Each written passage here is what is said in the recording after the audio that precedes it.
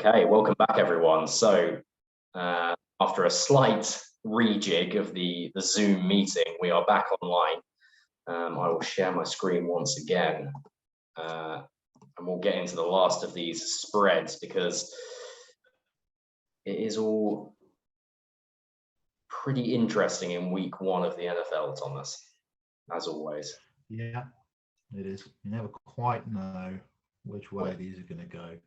I have a feeling we'll see some two-score wins, actually. Quite a few two-score wins in a number of these games, but not indicated in the spread. That's just whether you have the guts to back them or not.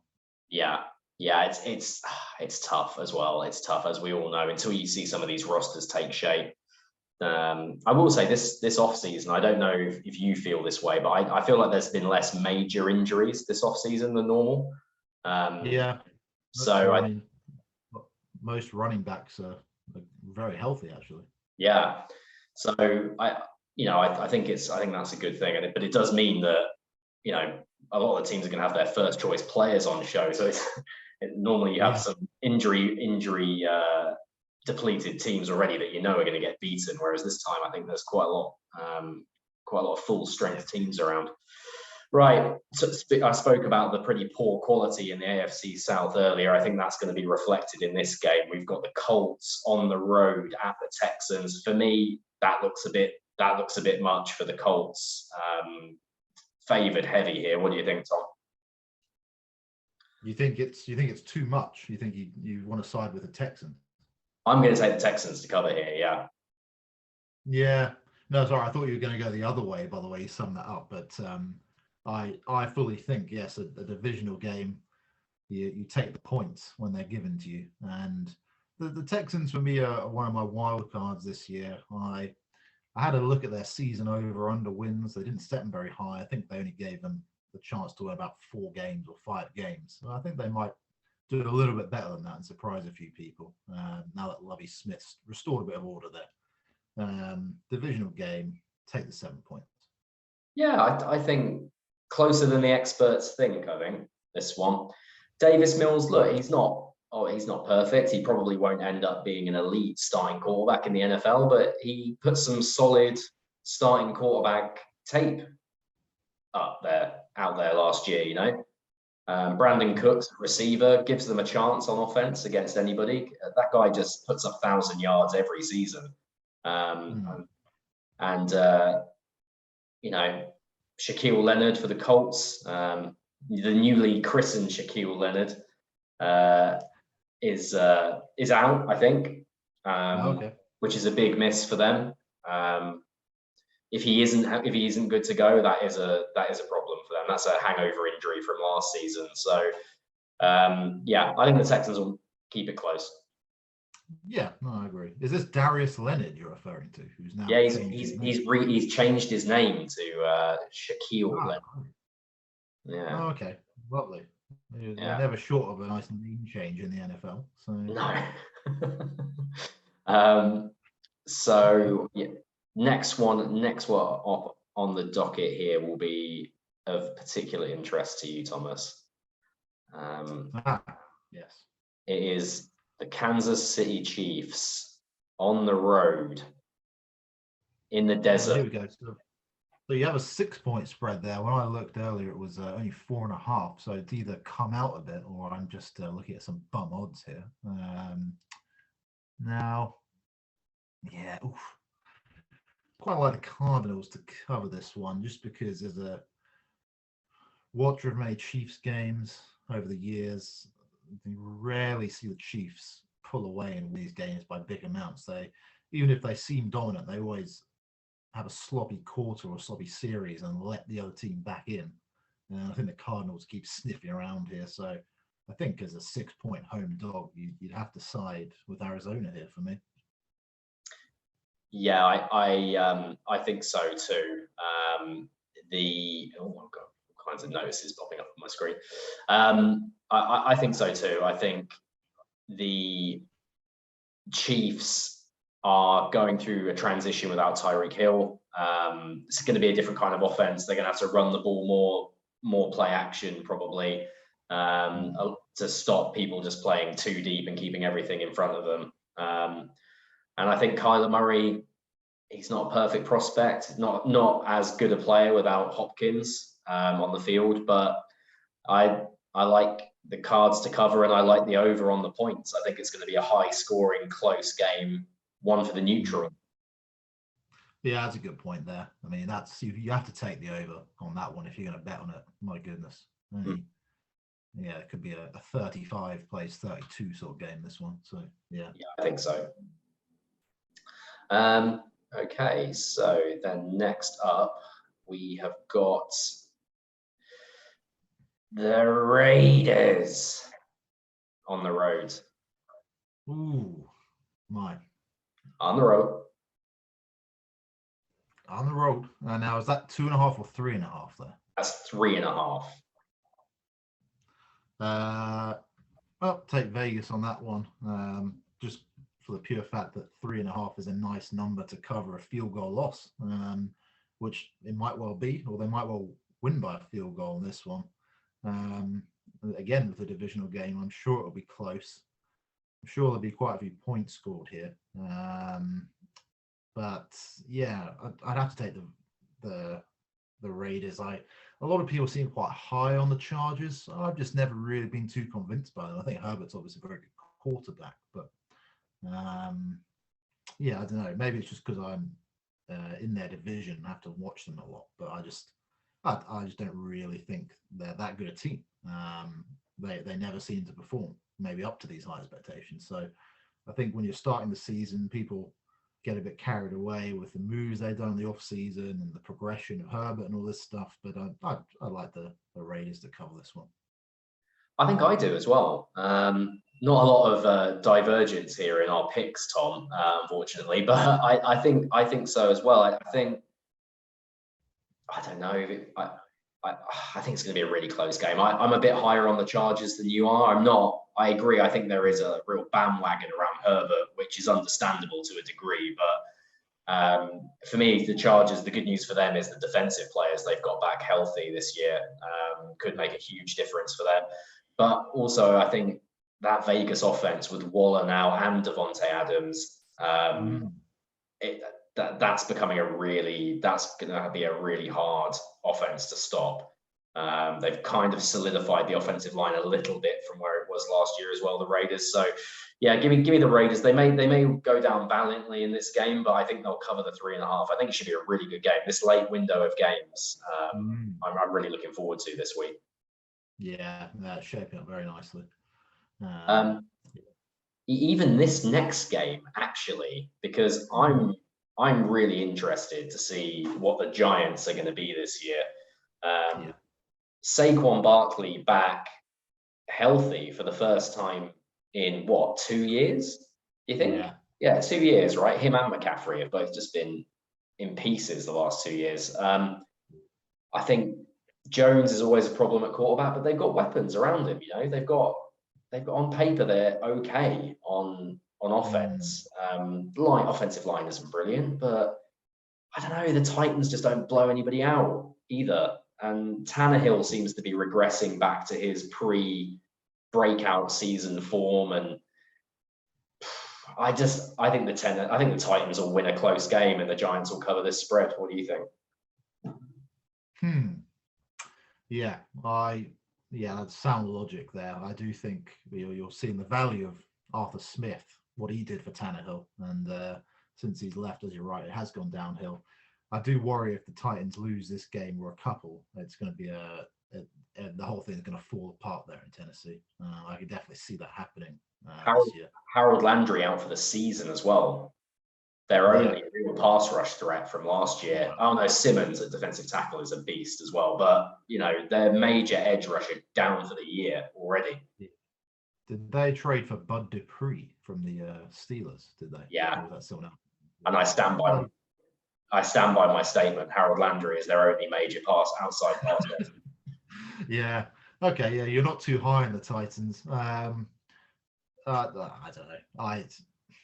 We're coming into a new season, but if it's going to be a similar Giants outfit that shows up, I can't take the Giants on this. I'll have to take the Titans to win a nice probably a 1 or 2 score game, I think, here at home. Okay, all right. So we finally have a difference of opinion. Yeah. Who thought I'd be back in the Giants at the start of the episode? Yeah. Nobody. Yeah. Give me some odds on that. Right. The Pack go into the Dome to face the Vikings. What do you got? What do you got? Oh my goodness. Well, what have I got? I think these are the sort of games the Vikings win. So I'm gonna say a walk-off field goal wins this one for the Vikings in the Dome. Just because it's a divisional game. They'll probably split this. So I feel like the Vikings take this one, then Green Bay will take the other game in Lambeau. That's usually how these divisional games play out. And yeah, I'm relatively excited to see what the Vikings can do. I feel like they'll be more efficient on offense this year, certainly. And yeah, we see what the Packers have got. I'm sure the Packers have got some cunning scheme up their sleeve. They're not just gonna be totally dead on offense, as a lot of people are saying. But yeah, I think the Vikings keep this close, and then a walk-off field goal wins this. Interesting. I'm going to respectfully disagree. I think the Vikings secondary last year was an absolute dumpster fire, and they've done nothing really to address it of significant note. And they're up against one of the 10 best quarterbacks of all time. So I don't care that he doesn't have Devontae Adams. I think he's got enough with that secondary he'll be facing. I think the Vikings are going to be a better team this year. I agree with you. I think O'Connell will bring that Rams offense with him, and Kirk Cousins will have another really good statistical year. I just think they're going to be like a 9-7, 7-9 football team, and the Packers are just better than them. Is my gut. So I'm going to take that. I'm going to give me Aaron Rodgers. Week one, when we're full of uncertainty, give me some certainty in Aaron Rodgers. Okay. Okay, so the goat heading down to Mary's mausoleum. This was the game they played last year. I think this was the first game of the season last year on Thursday Night Football. I don't even remember. No, yeah, I don't know if it was. I think it was actually. I don't know if it was the first game. I'm pretty sure it was. Anyway, it seems like the schedule always seems to kick off with this one for some reason. I don't know if that's because it's Tom Brady against the Cowboys. I mean, it is the NFL's like wet dream, that is, in terms of viewing numbers. Yeah. Yeah, exactly. Yeah, I mean, I'll take the Buccaneers. I mean, can you really bet against the Buccaneers in this? It's 2.5 points. That's a field goal win. I feel quite comfortable with that. So, just because it's that certainty, I feel that you have with the Bucks. I'd take it. Yeah, this was a close game last year. I remember watching that game. I think last year the Cowboys came in as like 8-point underdogs and only lost by a field goal. Have they improved enough to get over the hump against the Bucks this year? No. Tampa Bay. Yeah, I think Tampa Bay too. I think this could be low scoring. I'd be tempted to take the under on these points here because the Cowboys offensive line is beat to shit again already. They're going to be starting Jason Peters at left tackle, 40 years of age. And Tom Brady is their off the interior offensive line has just been shredded with injury and free agency losses. I think Brady, that pressure up the middle of his offensive line causes him problems. I think he started the season rusty last year, and I think he might start rusty again this year. I think the Bucks by a field goal, but I'm not comfortable on it. I think it could be very, very close. So we'll wait to see. Not as good a game as people think it will be as well. Not as good. I think it could be an ugly battle rather than a high-scoring point fest. But we'll see. Yeah, as they say, a good old Texas mud bowl maybe there. That would be. I think. I mean, in the Dome, the mud bowl is unlikely. But yeah, I know more just in the metaphorical sense, a mud bowl. But I don't do I don't do metaphor, Tom. I haven't got the imagination for it. Oh, sorry, it's my nuance there. Yeah, I think in a week where you could say some of these spreads are going to be blown out, this is one that's just about right there at 2.5 points. It'll be close. I agree. Yeah. Oh, I've accidentally gone into the wrong week here. So how do I go back? Yeah, there we go. And here is the big The other actual, revenge game. yeah, To be honest, I think obviously it's Russell going back to Seattle, so people think this is a bigger game, which I understand. I think Baker at Cleveland will be yeah, that's true actually. Yeah, I think Baker at Cleveland will be emotionally charged, more emotionally charged in a way, just because he's going to be so fired up. But this game will still be really good fun. What do you reckon?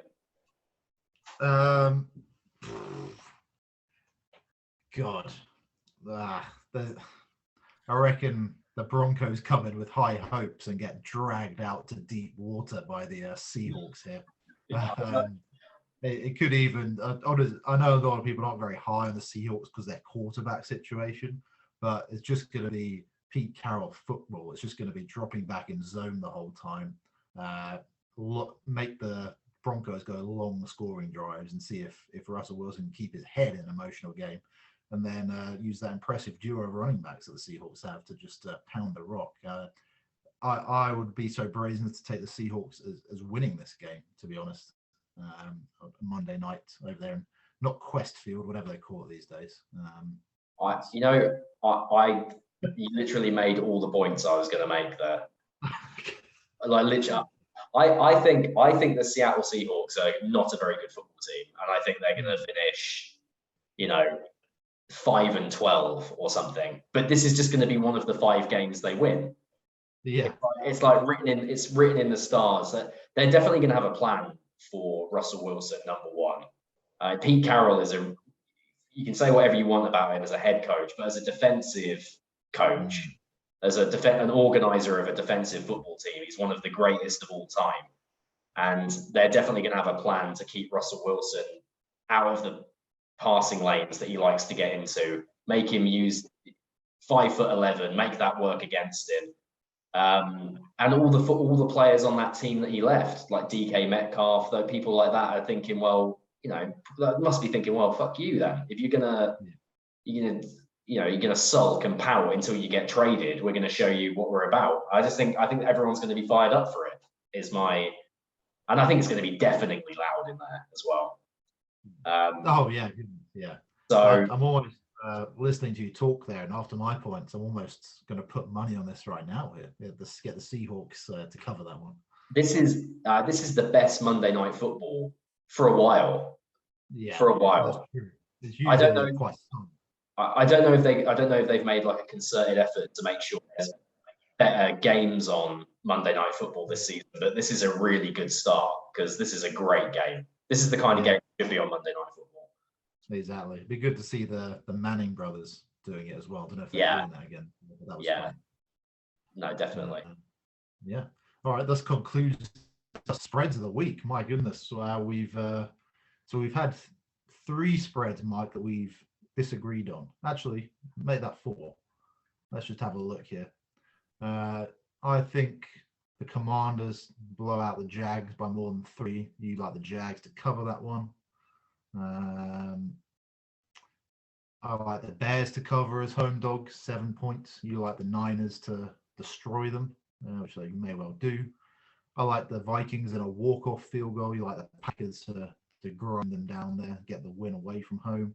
And then I've taken the Titans to cover there, and you like the New York Giants. Now, that's a very surprising one for you there, Mike, taking the Giants on a spread. My word, what is going on? Well, I've got to keep things interesting.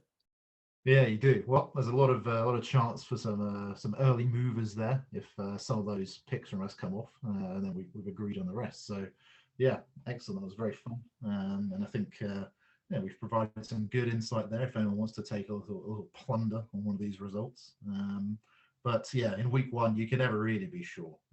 If I was going to bet on anything, I'd be betting on some extended spreads and taking some 14-point wins for some teams here. looking at the Ravens or the Jets, for instance. That Yeah. could be certainly one you pile in on. But alas, we'll see. We may be coming back a little red faced next week, but that's I week think- one in the end. I think if I'm over 50%, I'd be ecstatic this week. I think so. I'd be ecstatic, but we'll see. We'll see. I agree. All right. Well, Excellent. until next time, Thomas. Yeah, take it easy. Thanks Take for it watching. easy.